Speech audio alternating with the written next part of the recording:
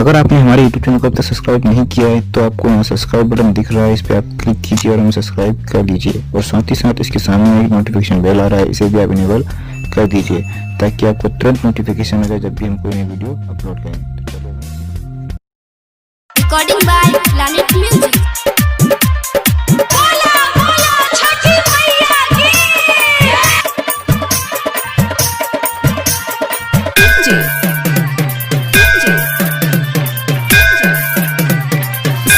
Satish Raima music director Kishan राज।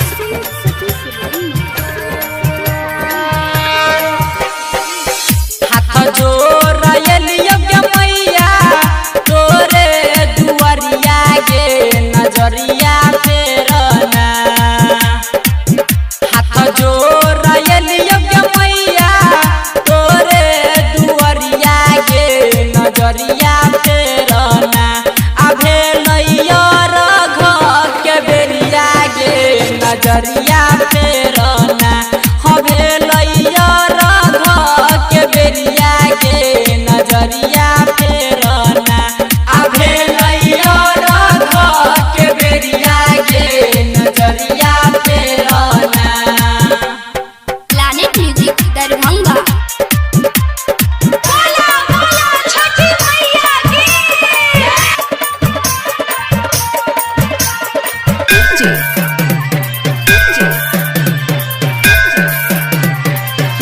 सतीश रईमा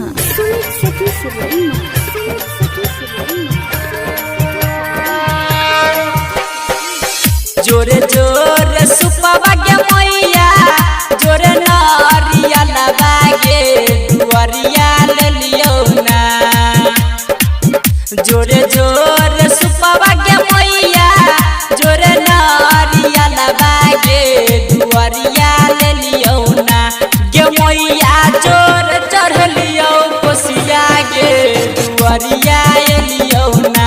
हवे लैया रघ के बेरिया गे नजरिया फेरना। अभे लैया रघ के बेरिया गे नजरिया फेरना। Planet Music Darbhanga.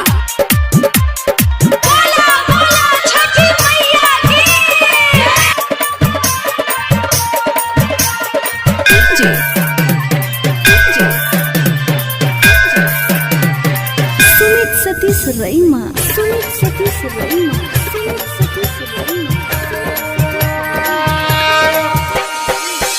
अन्हरा पुकार गे मैया लंगरा गोहार गे चरनिया तोरे ना।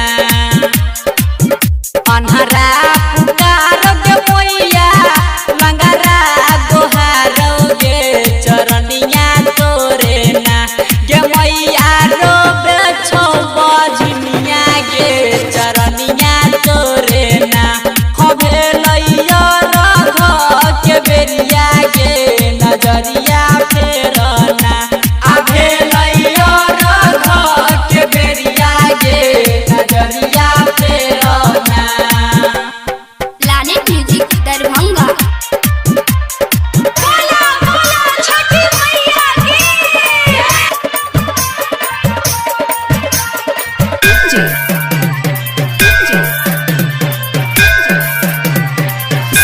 सतीश रईमा